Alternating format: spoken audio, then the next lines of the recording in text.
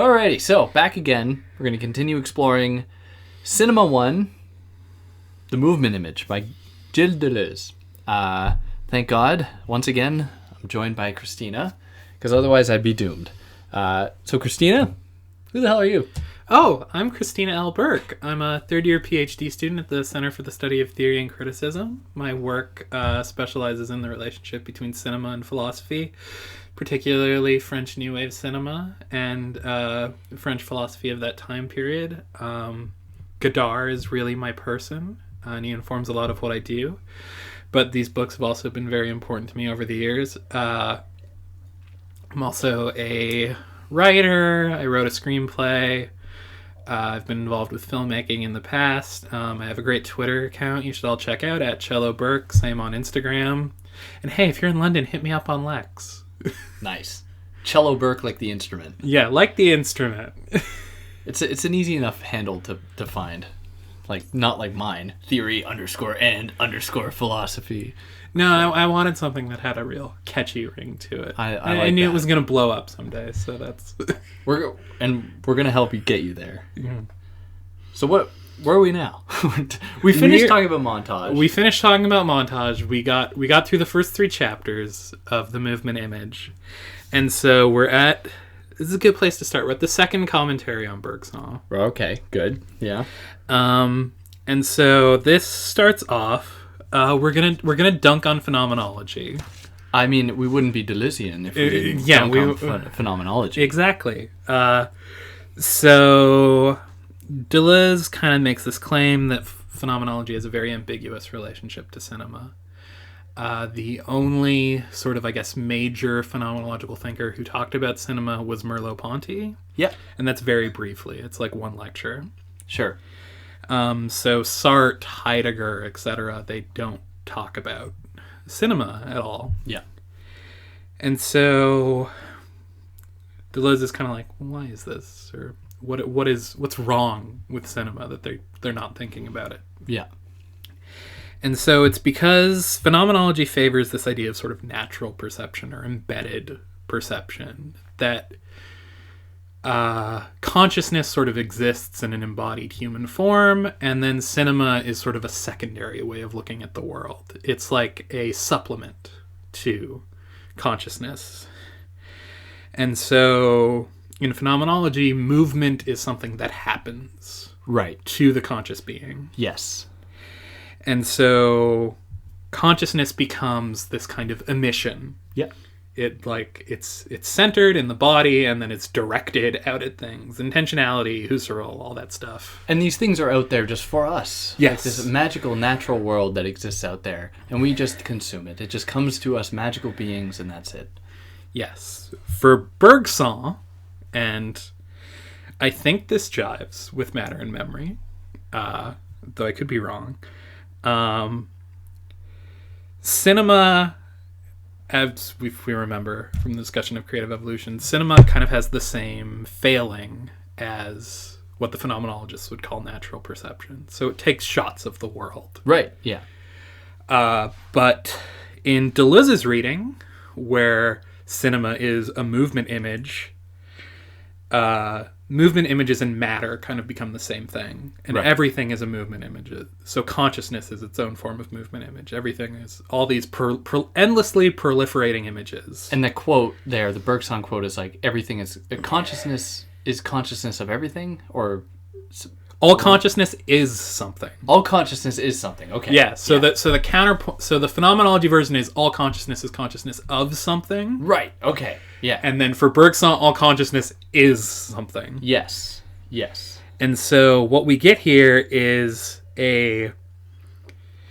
light isn't something that comes out of consciousness directed towards the world. Everything kind of emits its own light. Yes.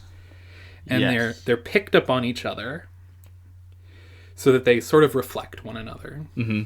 And moving into the next section, we get into this idea that he doesn't really say, but there is in sort of what we could call the subject or the viewer, there is this blank screen Yeah. that's going to reflect things. In an interview with Cahiers du Cinema, Deleuze will be a lot more direct and just say the brain is the screen. Okay. So brains are, looking at it this way, kind of like where images are going to be projected onto. Right. Okay. And I think this is a helpful way of thinking about it, is that there is this receptive surface that is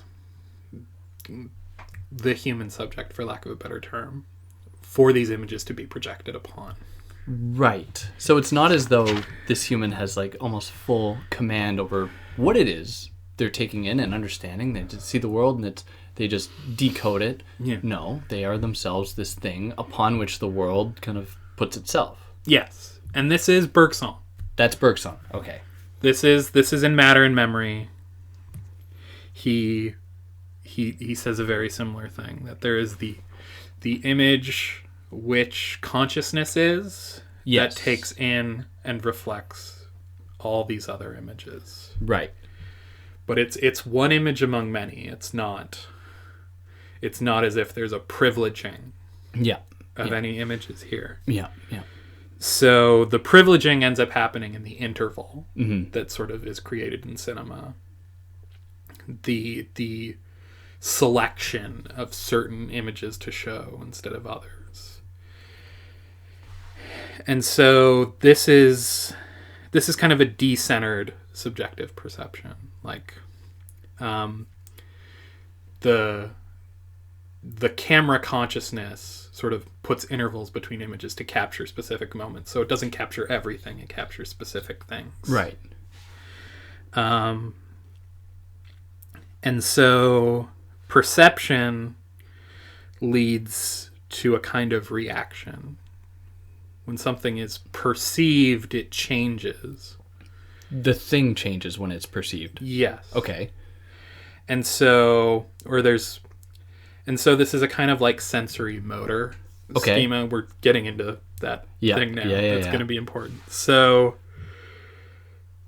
when you perceive things, it does a virtual action on us. We become aware of all these different possibilities, but it also does like possible action on things, so they're able to react in certain ways. Right. Yeah.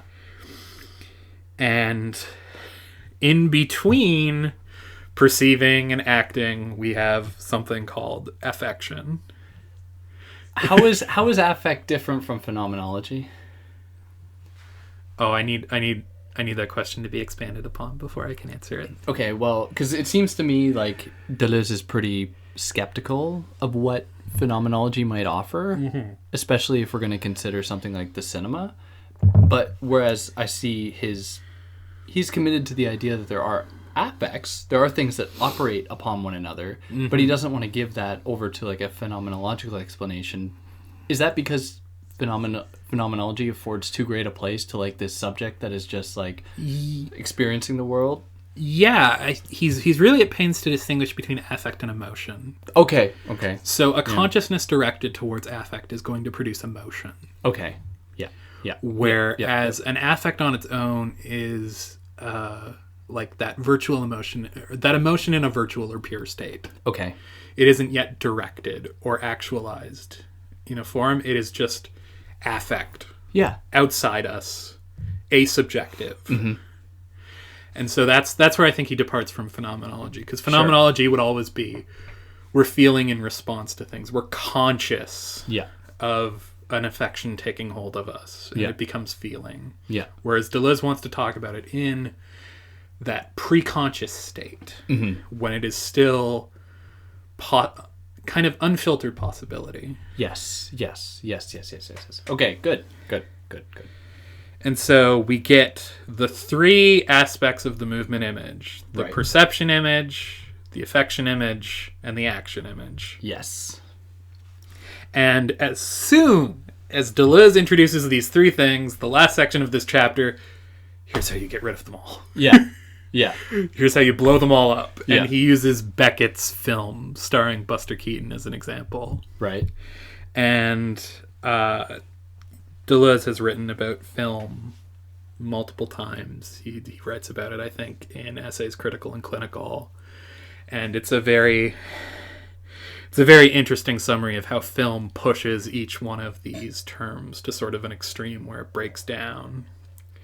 And the point where it breaks down each time is sort of where it becomes self-reflexive, when it begins to think about itself, when it gains an awareness of itself. When it arrives at its limit point? Okay.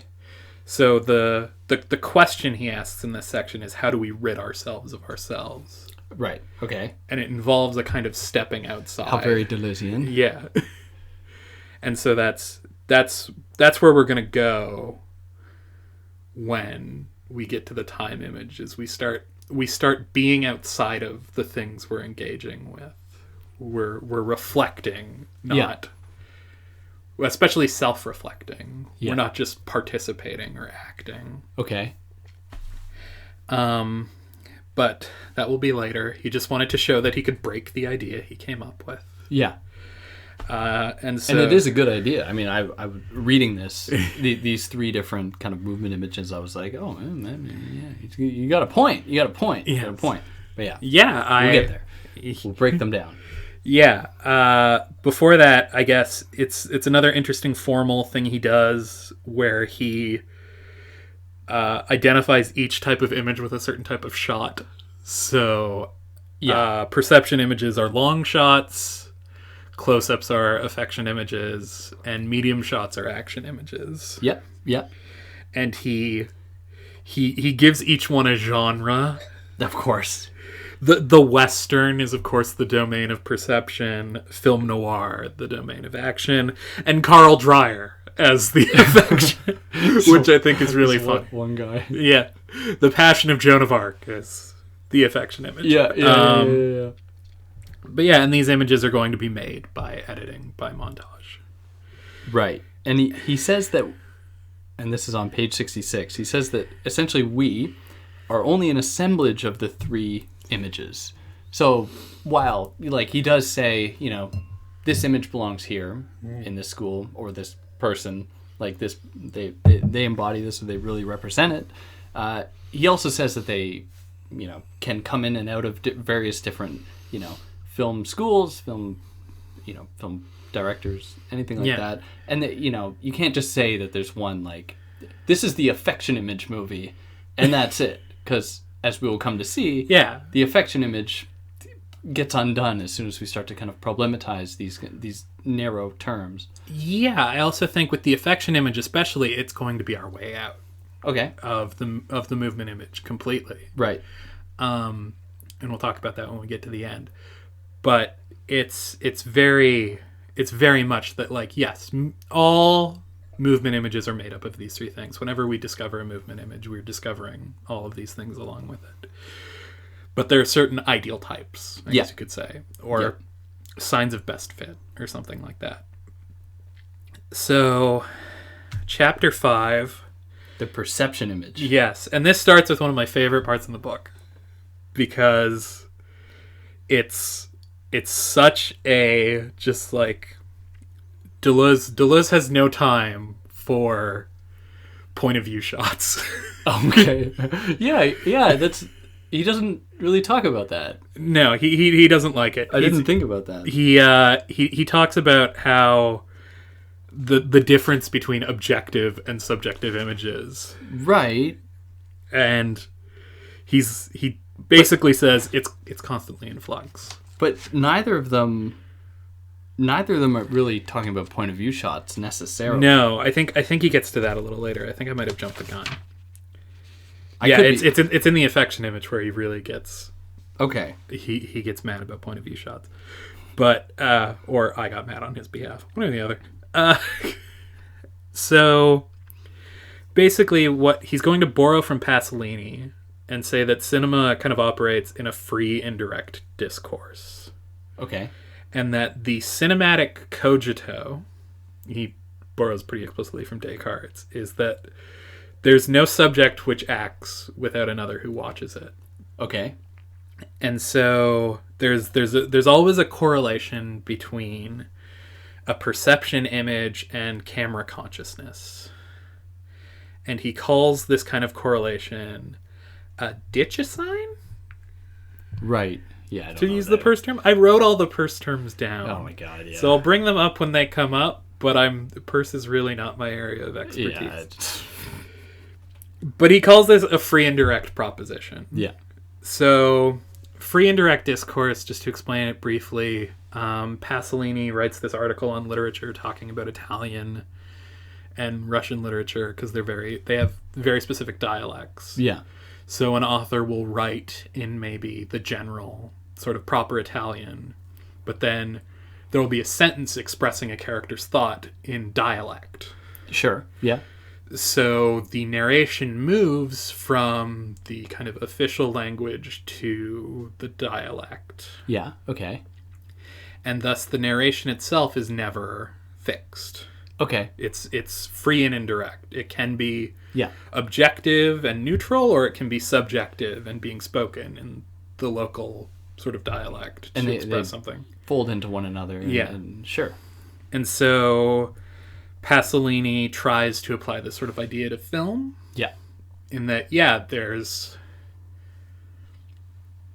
there is these kind of neutral or objective sort of shots, but then something happens along the way that will express a very specific thought or feeling. And I think the essay by Pasolini is called The Cinema of Poetry. Okay. And he talks about Godard and Antonioni and how they both do this in different ways. Yeah. So that's where Deleuze is getting this from, and where he's sort of grounding his, like, okay, perceptions, they're free and indirect. Yeah. They're not subjective or objective. Let's stop trying to do that. And there's another term he uses, semi-subjectivity or semi-subjective. I don't know if that is the antidote or the way that he wants to imagine them. I think that's probably it. Okay. Too, because like the free indirect, what is it expressing? Is it expressing the character, the author, or right, the camera? Yeah. And it's sort of like we can never pin it down. We can never say this shot is subjective, this shot is objective. Sure. Yeah.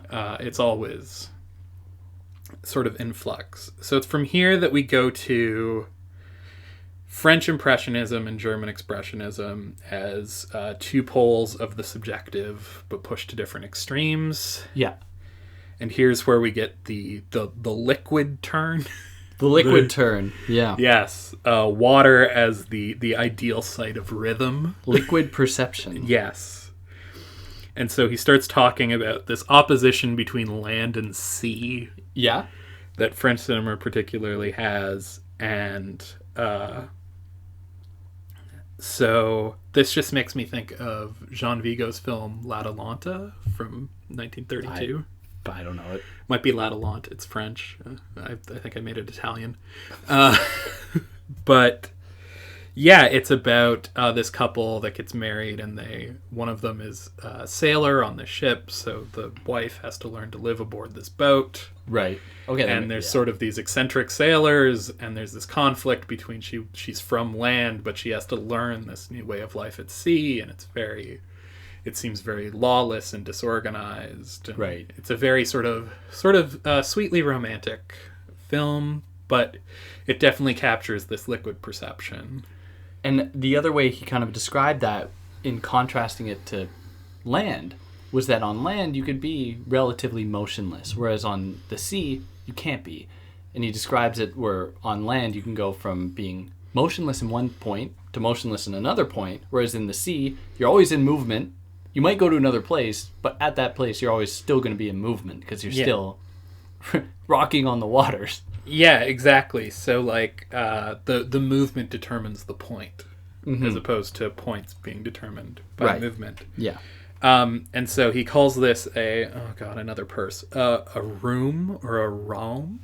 I don't know how to say these purse words. How do you spell that one? Reume. Maybe? Yeah. I guess that's like a flu. It not spelled that way. It's all right. Yeah. Any native French speakers, don't laugh at me too hard. But yeah, this is a flowing perception. And he's going to call it molecular, not molar. Oh, For all you Deleuze heads, Yeah, he brings the terminology in. So for those that don't know, there's a distinction between the molar and the molecular in Deleuze, where, to put it really quite simply, the molar corresponds to big things, and the molecular corresponds to small things. So the molar might be, I don't know, a man or woman, whereas the molecular might be like the possibilities afforded to each in their own subjective potentialities. Do you have a better way to put that? Oh, no, that sounds good. Okay, yeah. So there's a difference there. Yeah. So this is why he's excited about the molecular. And yeah, so from there he goes back to Vertov, and he talks about the I in matter, and how this creates sort of perceptions that are incommensurable to the human eye. Right. And he also starts to put intertitles on images so they become ideograms. And so these interruptions transform movement. The camera can go anywhere in Vertov, so it's like in one shot in Vertov, it looks like the cameraman is standing like on top of a beer glass and they're microscopic. Okay. Yeah. So it's very much like the camera is now just it's capable of going anywhere there's matter. Yeah. The camera can occupy that space. Yeah. And so he's going to call this a gram, a purse term I can finally pronounce. A gram. Yeah. Or sort of gaseous perception as opposed to the liquid perception of the Gaseous. Yeah. Like gas. Yeah. And from here, from Vertov, he uses Vertov as he basically says Vertov is the inspiration for all avant-garde cinema. Okay. And he brings up the American sort of avant-garde. So we can think here of people like Maya Deren, Stan Brakhage, Hollis Frampton, Right. these kinds of people. Yeah. Stan Brakhage, he's just putting stuff directly on film. He's like putting dirt and moth wings directly on the film wings, strip. Yeah. Did he do the eye thing too? Who did the eye with the eye cutting the eye there? Oh, that was the Surrealists. Never mind. Yeah. What was it called? Mothlight. Mothlight. Yes. Yeah. And yes. Brakhage would also just paint directly on the film strip. Right. And stuff like that. Yeah. And Deleuze just has this point where he's like, well, so when Vertov was doing all this was like Vertov's ideal form of communism. The proletarian eye that becomes one with machinic space and all that stuff. Right. But the American avant-gardists aren't communists. So what are they trying to invoke? Sure. Yeah. Drugs. That's the answer. That's the answer. Drugs take the place of communist utopia in the avant-garde. Wow.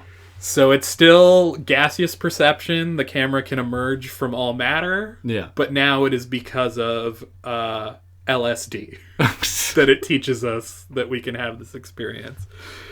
This is one of the parts of the book where I just rolled my eyes really hard and said, okay, you can certainly think that.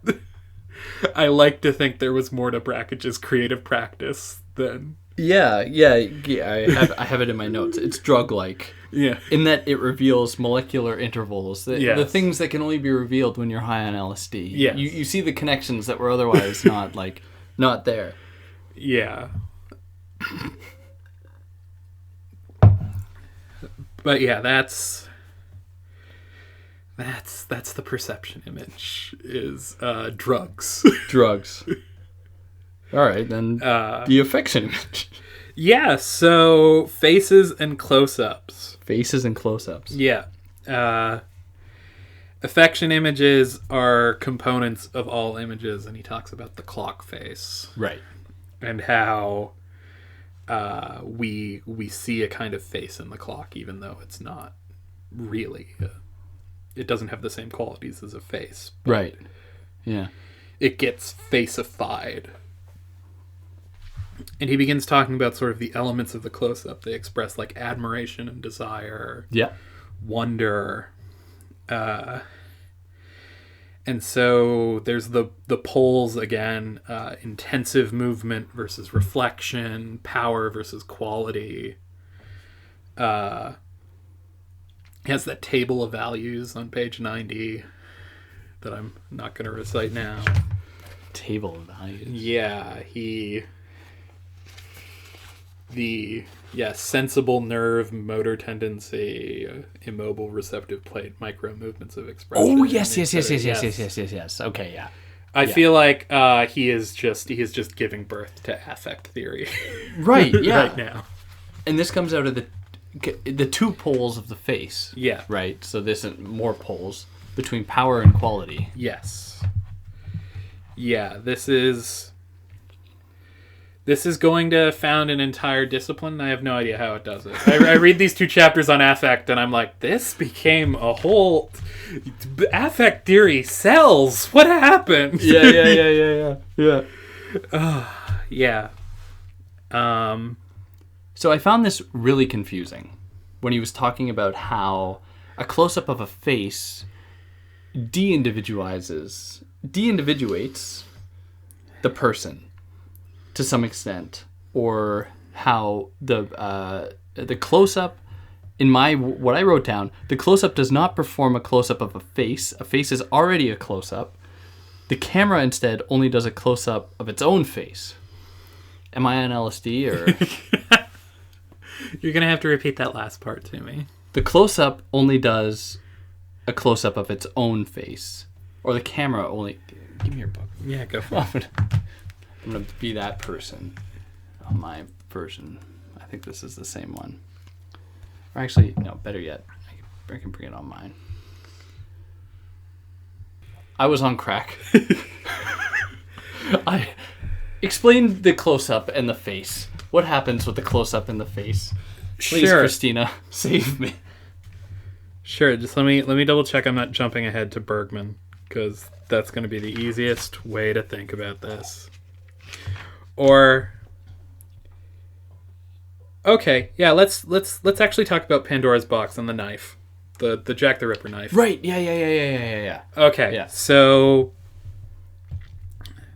what sort of happens there is the knife itself in close-up represents the possibilities of violence that could take place. The close-up of the knife has this affection, but it is not those violent qualities. It just signals those to us.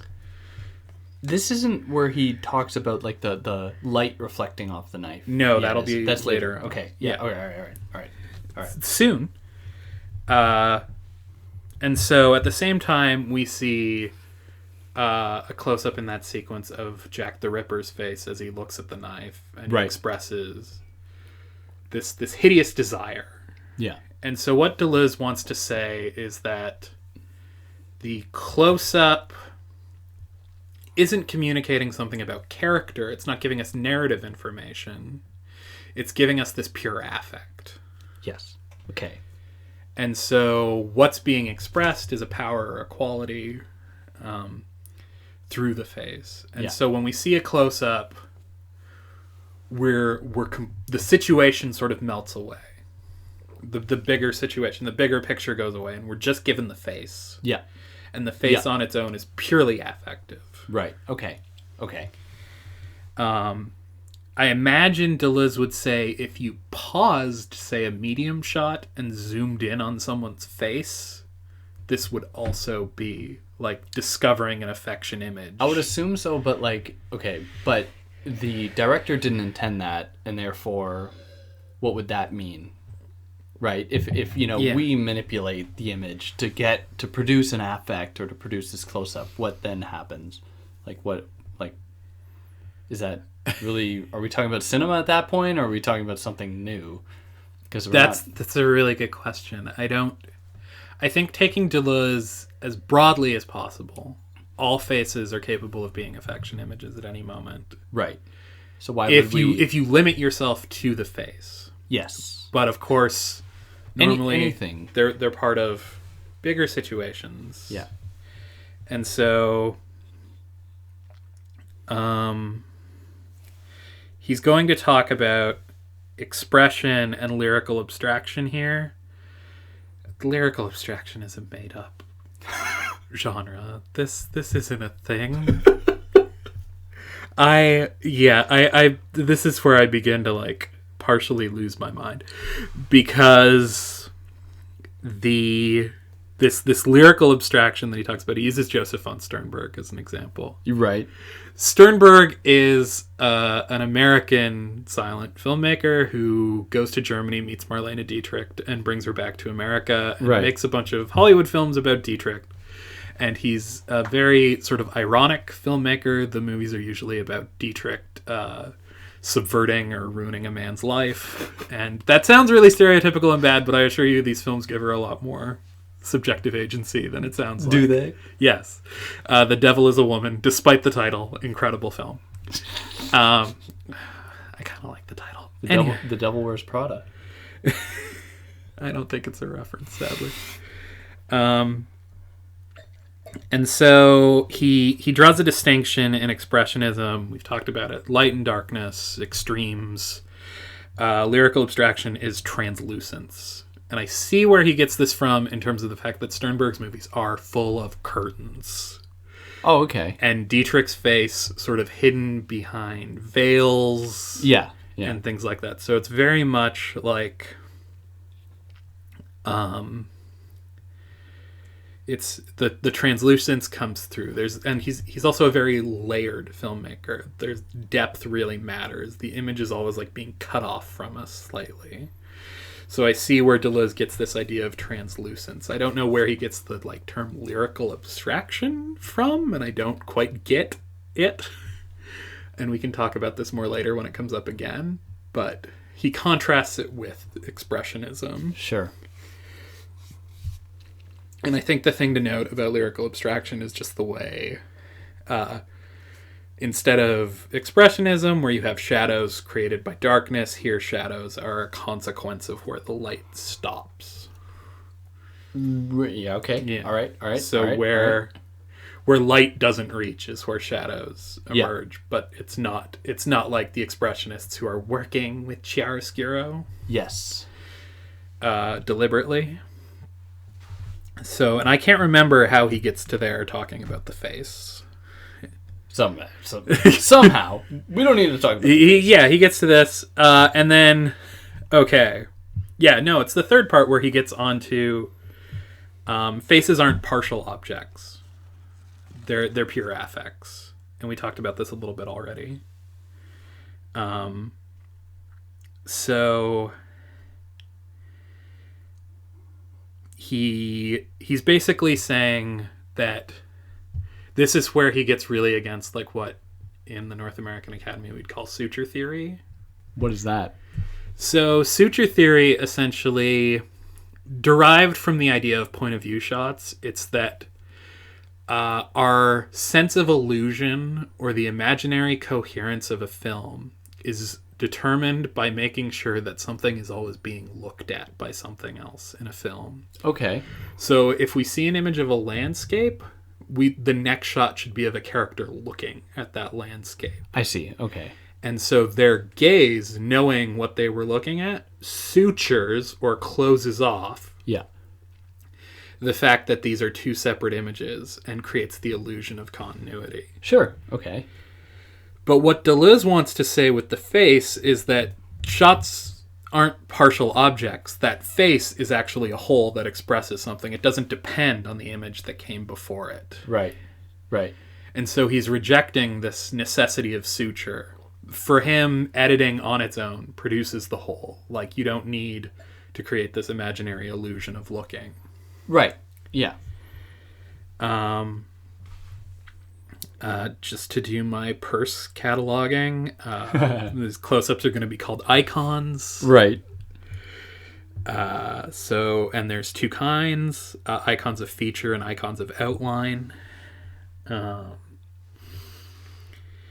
And we talked about this when we talked about sort of the abstraction of affection images, how they're separate from the situation. And this, I think, we need to talk about, or we should address, firstness and secondness. Yes. What the hell is that? And eventually thirdness, but... It's the thirdness is the real twist that brings the whole book together. Right. So, firstness is what is new in experience. Okay.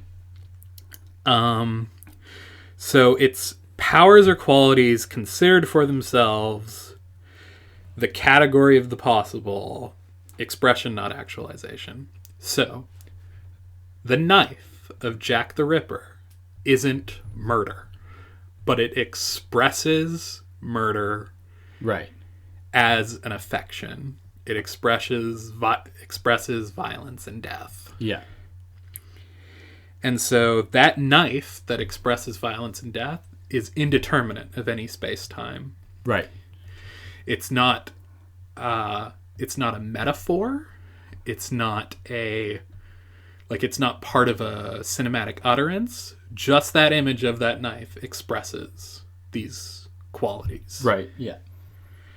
And so that is firstness. So secondness will be when we get to situations and things that participate in those. And I think I'll save Actions the and- explanation of secondness to when we get to the action image and he defines it more thoroughly. Right. Okay. But yeah, as long as we know, firstness, close-ups separate from the space-time situation Right. to which they belong. Right. And in his terms, he says, the affection image is, quote, abstracted from the spatio-temporal coordinates which would relate it to a state of things. Yes. On 97. In Yeah. case anyone- So affects are virtual, to put it in the most direct Deleuzean way possible. Perfect. And I think that's what draws a lot of people to them, if I had to guess. To perception image? To affect. To affect, okay. Just as a field, Yeah. is that affects are a way to talk about not just emotions, but possible emotions and invocations Right. and Yeah. how these things are formed. Because they're always grounded in a thing. Yeah. We never experience pure affect. Yeah. Affects always arise from things, but Yeah. they're in things out there. Mm-hmm. And so I think that's where a lot of the appeal lies.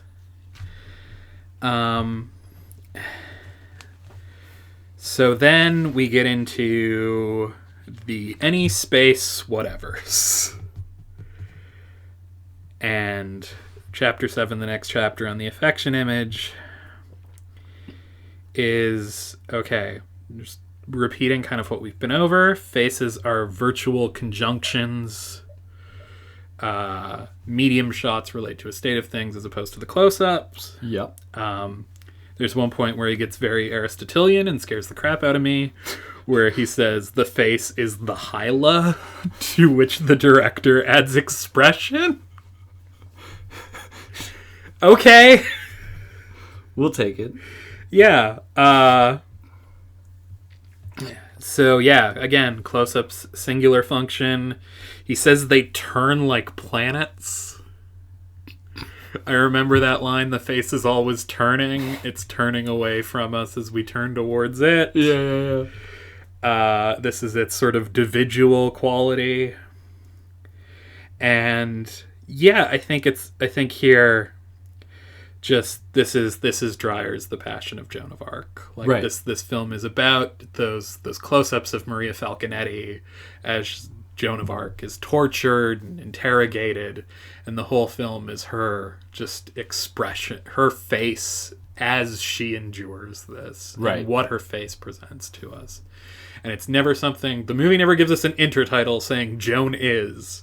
We're just always given this pure affective state of this woman, this incredible actress, and I think her only film performance. So, okay, I was going to ask you about a modern film or filmmaker, Nicholas Winding Refn, where he's obsessed with close-ups on faces. Mm-hmm. He's not the only one, but I'm interested in him because the faces that he's interested in, and he did films like, I looked at the computer as I was talking, like Drive with Ryan Gosling, or Only God Forgives with Ryan Gosling, or Valhalla Rising with Mads Mikkelsen. Mads Mikkelsen, the Pusher I'm mad series. about Mads. Are you?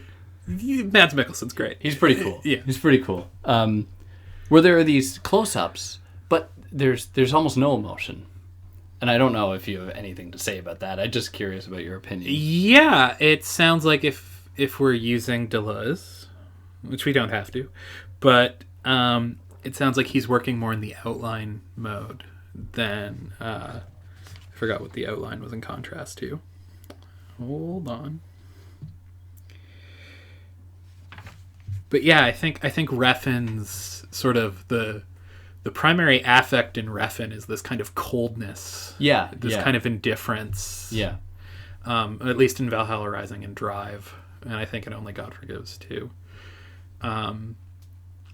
He's always trying to sort of show a pure sort of indifference which these characters have to the world, that they're very, especially in Drive and Valhalla Rising, the characters are kind of only good at one thing.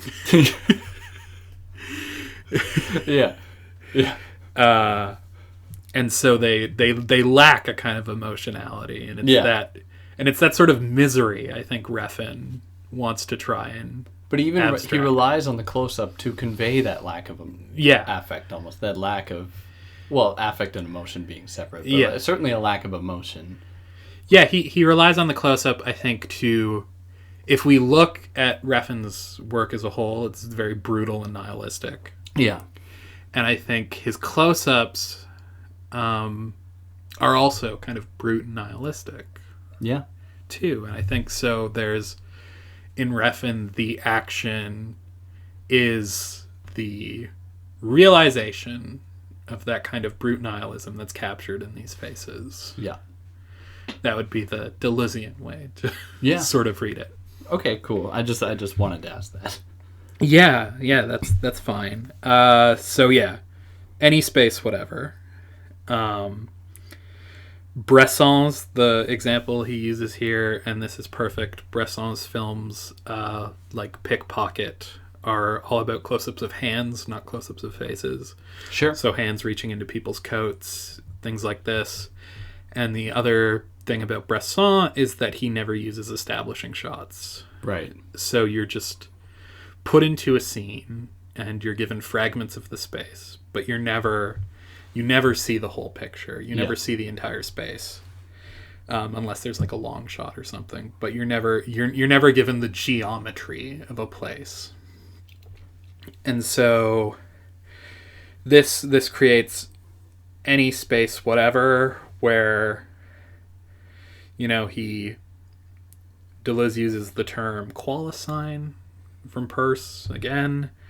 As like each space, each location becomes sort of singular in this way, and also becomes sort of affective. And so in the third section, he's going to talk about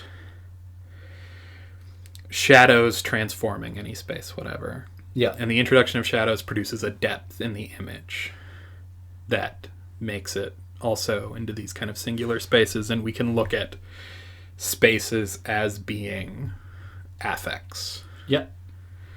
And so he returns to lyrical abstraction again. He talks about the affect in these films as being faith, and he talks about Sternberg, Bresson, and Dreyer. This is insane. This part drives me nuts. This is where I stopped reading this book before, because I was like, these three filmmakers are not similar. Yeah, they have nothing in common. Dreyer and Bresson, they're both religious. You can group them together. What is Sternberg doing here? Sure. He's making... I mean, I'm saying sure. I have no idea, but I'm taking your word for it. Sternberg is making these romantic misadventures. Okay. With a keen sense of irony. Bresson is making films about spiritual emptiness, and Dreyer's making films about the difficulty of faith. Like, one of these is not like the other two. But how does he justify bringing them all together? So he gets to this idea from Pascal and Kierkegaard of choosing to choose. Okay. And this idea is really fascinating to me, that all the characters in these films are confronted with being capable of choices or not making choices and just trying to go with the flow. Okay, fine, but like, why would you stop the list there? I feel like any number of these other directors that he's mentioned could then fit into that. I think it's because these are the central thematics of their films. Sure, okay. Though you could make the argument that this is a perennial sort of issue Yeah. philosophy and things. Like he goes through the history of it. Pascal, Kierkegaard, they have a very religious notion of choosing to choose. Pascal has the wager, Kierkegaard has faith in the absurd, but then there's also the sort of atheistic version, which is Sartre. Yeah. And Sartre's radical freedom, the bad faith, the waiter isn't a waiter. He's someone who chooses to be a waiter. And if he says, no, I am a waiter, then he's wrong. He's in bad faith. He's mistaken about his essence. So what brings these filmmakers together is their choosing to choose. Right. Their characters coming to this moment where they become aware of their ability to make a choice and to sort of renew themselves in their choice over and over again. And they can only do this in the sort of abstraction of any space, whatever. Yeah. Where each space has a quality of the new. Sure. Yeah. There's a possibility afforded to this setup as opposed to these previously these privileged spaces that were relatively fixed. Yeah. Like you were here and that's where you were. That's it. You're stuck. Yeah. That's why he groups those three filmmakers together. I still think it's nuts. I wouldn't put Sternberg with Bresson and Dreyer. I'll take your word for it. I just can't wrap my head around it. He talks a little bit about color images. Then he uses the famous Godard quote when Godard came out with his film Pierrot Le Fou in 1965. Everyone said this movie's so bloody, and Godard said, no, it's not blood, it's red. I mean, he's right. There was probably no blood. Yeah. There was no blood. It's red. And so, yeah, color has this sort of quality, and he gives a couple of examples.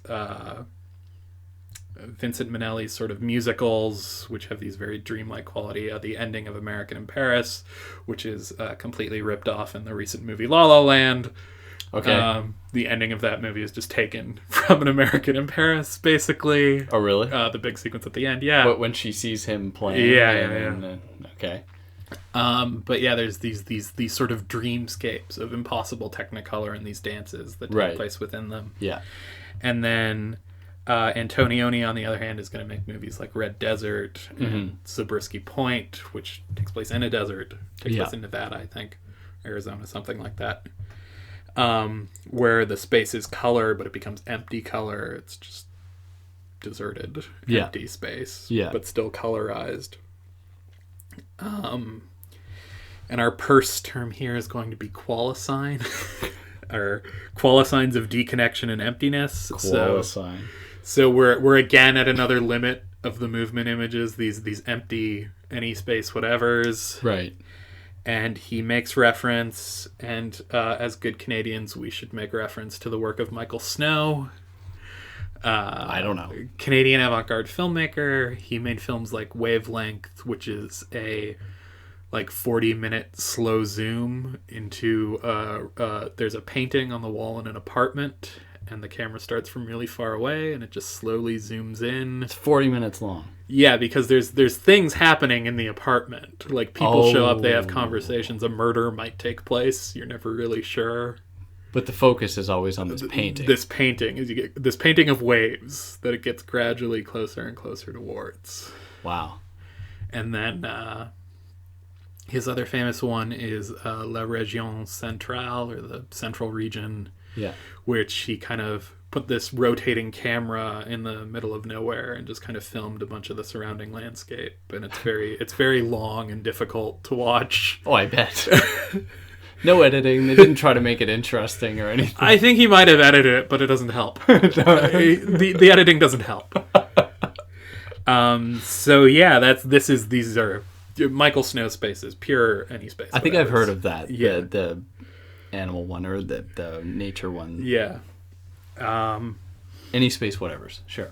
Yes. So these are the two poles of the affection image: any spaces, whatevers, and faces. Right.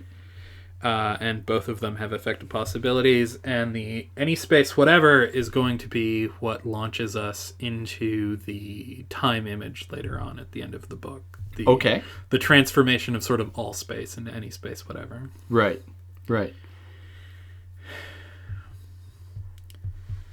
Does that put us into chapter 8? That will put us into chapter 8. The liminal space between affect and affection and action? Yes, the impulse impulse image. Right. So yeah, this is where we get into, and I had trouble with the originary worlds. Holy God, what the hell did that mean? Yeah. Tell me about it. Okay, so let's see if I can get there. Yeah, okay. This is a point where he gets very religious. Yeah. And he starts talking about the world of Cain. Right, yeah. And so the two filmmakers he brings up are Erich von Stroheim and Louise Buñuel. Right. Stroheim was he started his career as an assistant to T.W. Griffith, and then in the 1920s he made a series of silent films, and he's typically regarded as a realist filmmaker. His most famous film is Greed, which I believe the original version of the film ran for something over 13 hours, and it ended up getting chopped down to 2. Holy God. And I think the currently restored version of it runs about 4.5. Wow. But he was very meticulous about everything in the film. He wanted to shoot a scene in the desert at the end of the movie, so he actually dragged his actors and crew out to Death Valley in the scorching heat to shoot the scene. Yeah, yes. Buñuel, on the other hand, is the director of Un Chien Andalou, The Golden Age, and would direct a lot of sort of surrealist films in the 60s. So these two filmmakers, in their own way, capture worlds of entropy and degradation.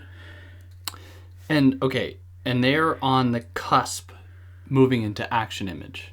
Yes. They're between affect and action. So they belong to the impulse image. Yes. So in affect, there's something that kind of maps itself onto you or works itself onto you, and it produces maybe some kind of immediate response. Yeah.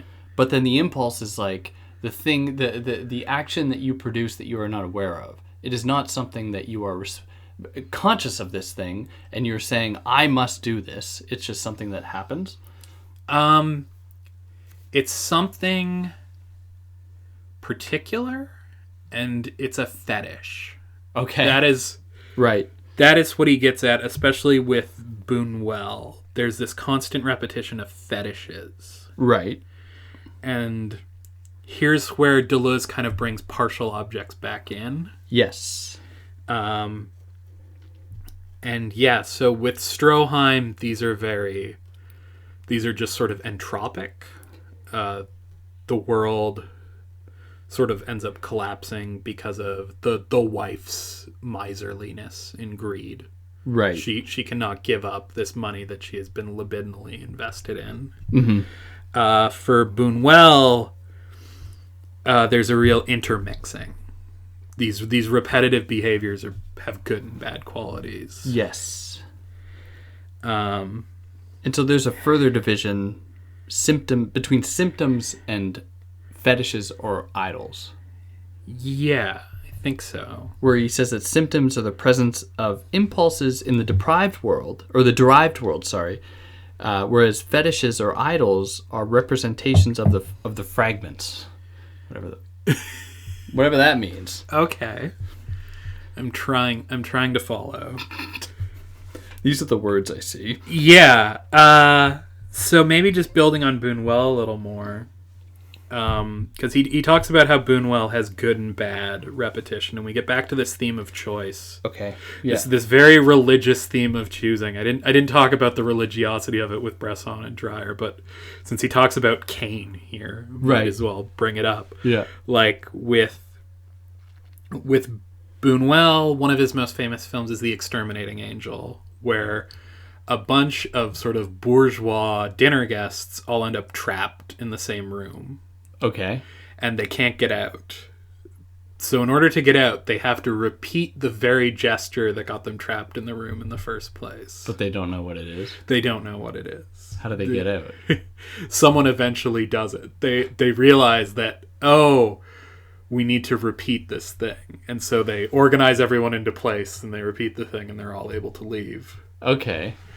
And so they're able to make this choice to repeat and thus free themselves. Right. But then having freed themselves from this room, they all end up going to church and they all end up trapped in church. So if bourgeois decadence didn't get them religious thought will. Yeah. So yeah, this is sort of like Buñuel uses both good and bad repetition. Yeah. He shows that it's possible to escape certain illusions, but not others. Yeah. Basically. And so Deleuze calls this naturalism. Yep. I didn't really get that. And it exists between... Right, so we already said it exists between action image and affection image, where he says that the action image is realism, and the affectionism is idealism, and somehow we land in the middle and we call that naturalism. I'm with you. I have no idea why. Yeah. I have no idea. But it's interesting when he gets to the Americans and he talks about King Vidor and Nicholas Ray. In the films he brings up, one of them he brings up is Duel in the Sun. I guess I wouldn't be doing my due diligence if I didn't mention that Duel in the Sun is more a product of producer David O. Selznick than the director. There were 3 directors on the film. He fired a lot of them. And oh, really? So it was really a producer's film, but King Vidor is generally seen as the one who finished it. Okay. And so Duel in the Sun ends with this sort of shootout between the wife and her abusive husband, and it's very dramatic. But there is this sense of like the desert as this fallen world in Duel in the Sun. And I think the Nicholas Ray example is even better. Like the movie Wind Across the Everglades, which is a weird, obscure movie. It's like Christopher Plummer's first role, and I think he completely disavowed it because he hated working with the director. But Wind Across the Everglades is about these bird poachers in Florida. Okay. And they're sort of like a gang of thugs who have this real intimate community. With poaching birds. On the edge of the society, they're poachers. And so the ranger responsible for stopping them, played by Christopher Plummer, of course, enters into their society. And he sees kind of the camaraderie and the friendship of them all. Yeah. And then he sees the life in this fallen world. Okay. But in the bird poachers. Yes. And then he has to take the leader out, and he has to bring him back to society and bring him to justice. Okay. But in that kind of degraded society, there is this kind of space of like pure possibility. Yeah. That exists, a place outside of the norm. And I think that's kind of, to me, the most illustrative thing of like the world of Cain, or this originary world, this world without kind of symbolic structure. Yeah. Yeah. And I think that's the best example of it. I'm not sure if you had any other thoughts on this chapter. I do not. I do not. I was very much lost. Okay. Yeah, this chapter is strange. I I couldn't get my head around the naturalism thing. Yeah. And I couldn't. It didn't help because I'm not familiar with either of these directors. So like Buñuel, I was like, no idea. Power of repetition in the image. Sure, I guess that's a thing that I can applaud. Yeah. The only Buñuel film you'd probably be familiar with would be Un Chien Andalou, which is the eyeball slicing. Oh, that's Yeah. But I don't see how that applies here. I don't see how. Do you remember how Un Chien Andalou ends? Maybe. With the two lovers buried on the beach? I'm having memories of that, yes. Okay, yeah, I think there is a bit of the degraded world there. But it is a very, surrealist film, and the images don't necessarily follow from one another, whereas like later Buñuel films are a lot more coherent. Right. All right, well that'll put us into the next chapter, but we'll stop this one for now. Yeah. All right, well great. Okay, great. So, if anyone listened this far, good on you. If You're doing great. Keep going. We're going to get there. If you have any comments, you know how to leave them. Obviously, we'll do our best to get back to them. And you can find Christina at Cello Burke on Instagram and Twitter. And Lex. Hit me up on Lex. And Lex, if you're in London, Ontario, Canada. Yeah. Not London, UK. I wish. No, not the good one. But yeah, okay, great. All right, great. See you next time.